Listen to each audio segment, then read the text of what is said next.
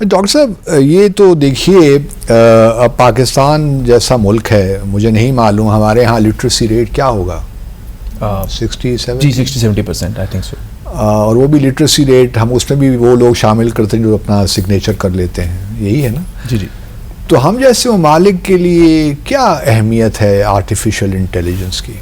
Sir, जिस तरह आजकल का इकोनॉमिक क्राइसिस है कि आपके पास डॉलर्स की कमी होने की वजह से आपके पास, हालांकि अगर आपके पास रुपए मौजूद भी हों, आपके लोकल बिजनेसेस चल भी रहे हों, बिकॉज बहुत सारी इसेंशियल गुड्स ऐसी हैं जो बाहर से इंपोर्ट होती हैं और जिनके बगैर हम रह नहीं सकते। हम एज ए कॉम हम चाहते हैं कि वो हम इंपोर्ट करें। आपकी इसेंशियल इक्विपमेंट्स हैं, आपके कंप्यूटर्स हैं, बहुत सारी और टेक्नोलॉजीज हैं जो यहाँ नहीं बनती and you must import them. तो अगर आप ऐसी टेक्नोलॉजी नहीं बनाएंगे जो एक्सपोर्ट के लिए हो, जिसकी बेसिक ज़रूरत बाहर के मुल्कों में हो, आप उसमें एक अच्छे एक्सपेंसिव रेट पे उसको सेल कर सकें और उससे ज़रिए मुबादला कमा के पाकिस्तान में ला सकें, तो उस वक्त तक हम अपने इकोनॉमिक क्राइसिस से नहीं निकल सकते। तो किस तरह artificial intelligence, how would that help us? मैं आपको बताता हूँ। जिस तरह आर्टिफिशियल इंटेलिजेंस में जो आसानी है ना, वो ये है कि ज़्यादातर जो ग्लोबल कंप्यूटर्स हैं वो पूरे डाटा सेंटर्स आपको यहाँ क्रिएट करने की ज़रूरत नहीं है। अमेजॉन फॉर एग्जाम्पल AWS की फॉर्म में, गूगल के और इंडस्ट्रीज़ के इनके क्लाउड्स और इनके high performance computers globally available हैं।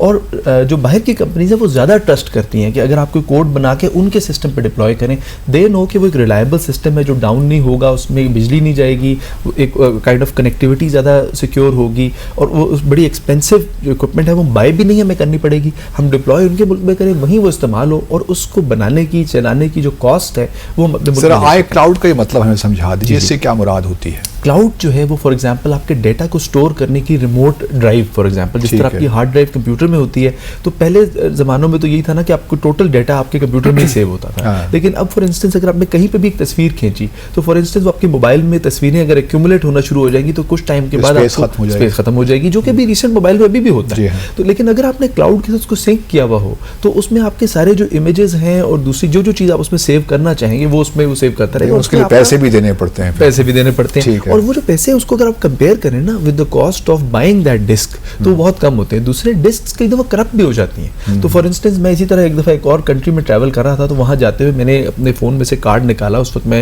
एक एंड्रॉयड फ़ोन यूज़ कर रहा था, मैंने उसमें से निकाला जिसमें 2 सिम्स और एक सिम SD कार्ड लगता था। जब मैंने उसको वापस इंसर्ट किया तो उसने मेरे SD कार्ड को पहचानने से इनकार कर दिया कि उसकी मेमोरी में कोई फॉल्ट आ गया।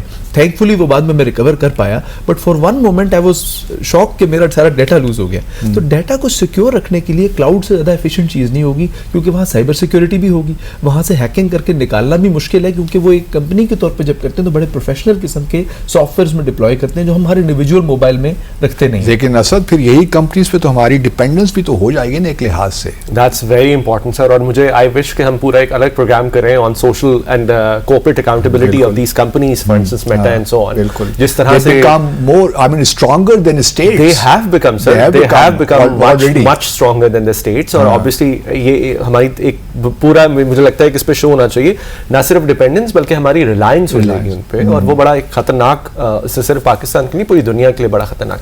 आपने बहुत अच्छा सवाल किया। If I quickly respond to जो आप इससे पहले बात कर रहे थे सर, देखिए AI का नुकसान भी है और फायदा भी है। पाकिस्तान की हर टेक्नोलॉजी का होता है, टेक्नोलॉजी का nuclear technology for that matter, हमारे पास उसको पीसफुल पर्पस के लिए इस्तेमाल। हमारे पास सवाल ये है कि वो जो नुकसान है हम उसको काउंटर किस तरह करेंगे। अब मैं आपको एग्जांपल देता हूँ।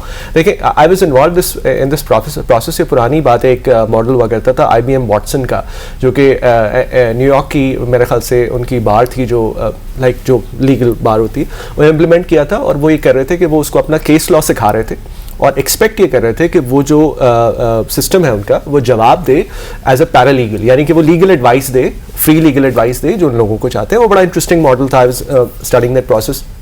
तो फॉर इंस्टेंस जबरदस्त, कैन यू इमेजिन पाकिस्तान में एक ऐसा मॉडल हो जो कि आपको डोमेस्टिक वायलेंस पे लीगल एडवाइस देता हो फ्री, और जहां से आप जो एग्जिस्टिंग केस लॉ मौजूद है उनकी बेसिस पे आपको वो बताता हो कि अगर आप डोमेस्टिक वायलेंस होता है तो आपने क्या करना है, किस किस्म की स्ट्रैटेजीज फॉलो करनी है, सो ऑन सो फोर्थ। जबरदस्त एप्लीकेशन। लेकिन अब उसका एक दूसरी तरफ आ जाए, जो डॉक्टर साहब जिस तरह जनरेटिव मॉडल्स की बात कर रहे थे, GAN वगैरह जो बड़े पॉपुलर हैं आजकल डीप फेक बनाने के लिए।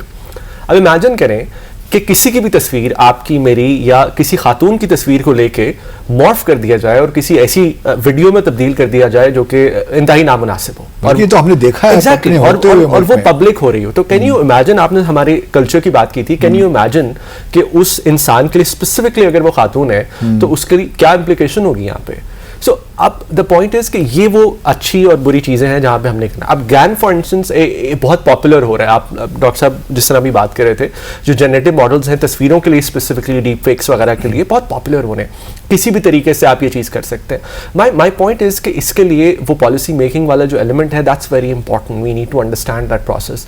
अभी तक हम सिर्फ वहीं पे ही हैं कि किसी के, फॉर इंस्टेंस जो साइबर क्राइम्स है, हमारा लॉ वो ये कहता है कि किसी भी मॉर्फ इमेज को अगर आप वो करें, they don't talk about specifically about generative models in any way और manner, you see what I mean. So कहने का मतलब ये है कि we need to be prepared with obviously the potential, जिस तरह अभी हम बात कर रहे थे, जो उसका पॉजिटिव पोटेंशियल है, but also the negative potential for it. और ये हर, आपने बिल्कुल सही बात की, हर टेक्नोलॉजी के साथ ये चीज़ें एसोसिएटेड होती हैं, and that's exactly why you need to prepare for it. अच्छा, एक तो ये एलिमेंट, फिर दूसरी एलिमेंट ये है कि जो हमारे इंटरनेशनली स्पीकिंग जो ये स्टैंडर्ड्स नए सेट हो रहे हैं, फॉर इंस्टेंस फेशियल रिकग्निशन के लिए, आपने देखा होगा कि बहुत सारी जो इंटरनेशनली स्पीकिंग स्टेट सर्वेलेंस हो रही है, अब वो AI बेस्ड मॉडल और प्रेडिक्टिव मॉडल्स पे जा रही है। और उसमें एक बहुत बड़ा खतरा ये है कि जो प्रेडिक्टिव मॉडल्स हैं वो लर्न करते हैं फ्रॉम ह्यूमन बिहेवियर।